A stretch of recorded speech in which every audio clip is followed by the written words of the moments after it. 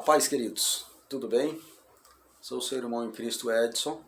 Estamos aqui juntos na nossa EBD, Escola Bíblica Dominical, da nossa videoaula da nossa semana. Quero aqui desde já pedir desculpas a você, querido irmão em Cristo, aluno da nossa EBD, que tem nos prestigiado de assistir às nossas videoaulas semanalmente. Tivemos alguns probleminhas aí nas últimas 2 semanas e nos forçou a atrasar a nossa postagem das nossas videoaulas.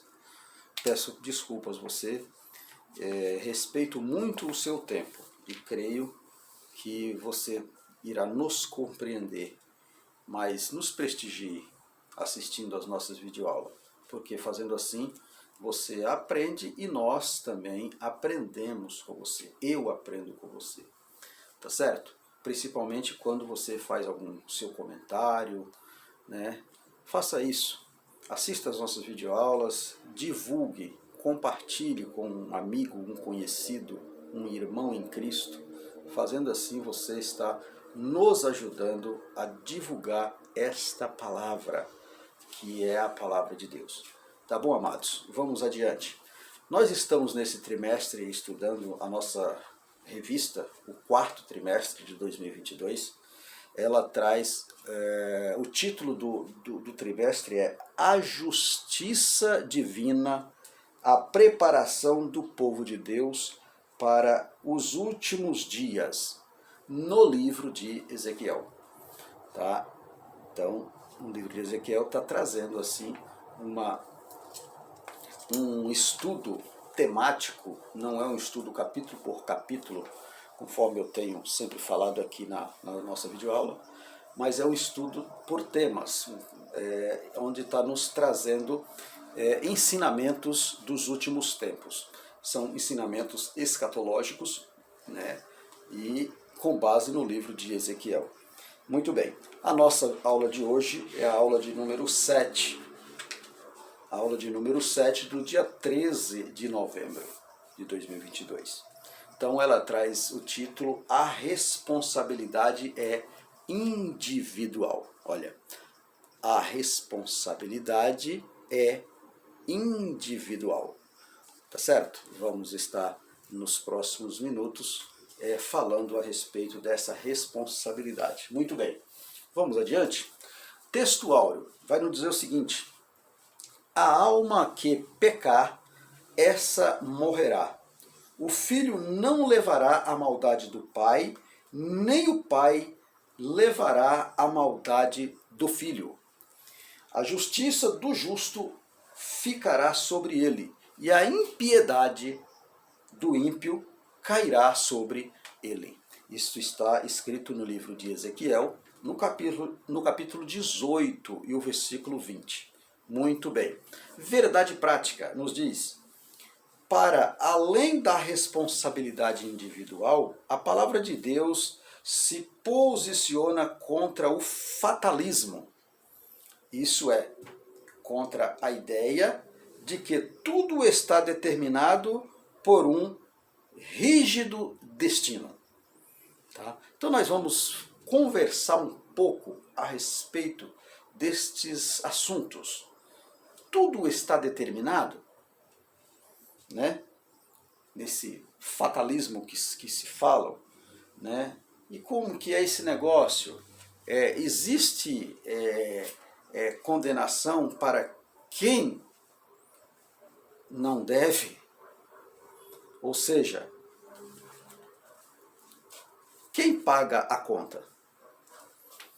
Eu, fazendo a preparação dessa aula, e cheguei na seguinte pergunta, para fazer esta pergunta no início da nossa videoaula, onde existe um tema central com a palavra-chave responsabilidade, e essa responsabilidade, trazendo a introdução como uma responsabilidade, Aí me vem a pergunta, o nosso texto áureo vai nos dizer que a alma que pecar, essa morrerá.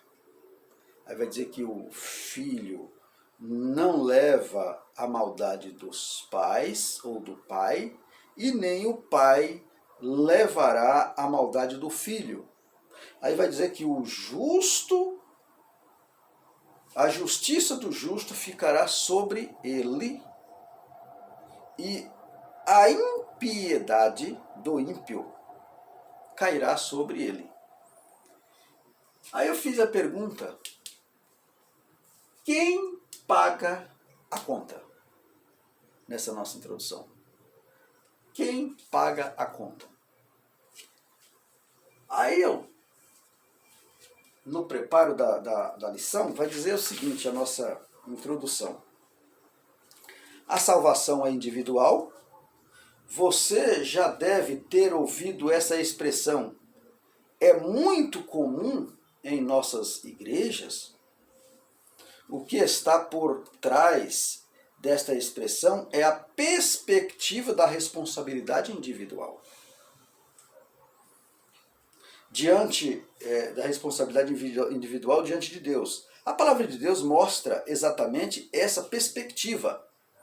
O pecado é um ato individual e não há nada que o justifique diante de Deus. Nada, não há nada que justifica o tal de pecado diante de Deus.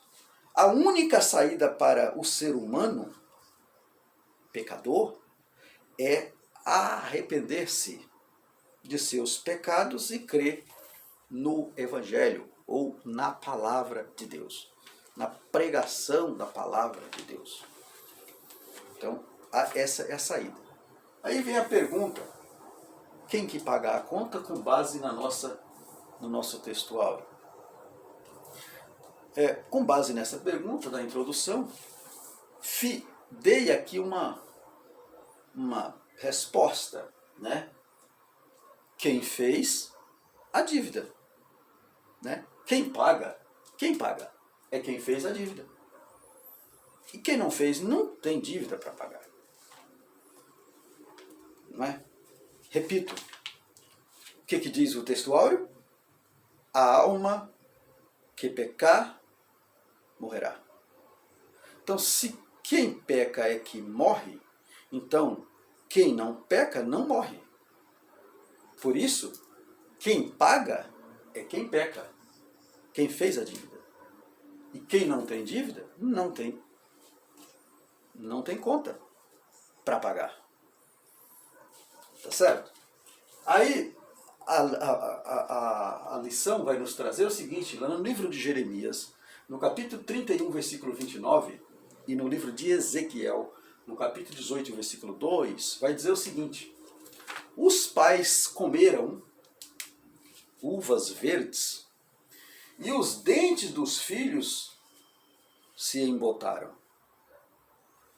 Né? Aí a nossa lição vai nos trazer, no nosso primeiro tópico, vai falar sobre uma máxima usada em Israel. Né? Com base nisso, uma máxima usada em Israel. O que é essa máxima? Era um provérbio. Um provérbio. Essa palavra quer dizer um provérbio que era usado em Israel. Que provérbio era esse que era usado em Israel? Vamos ler? Muito bem.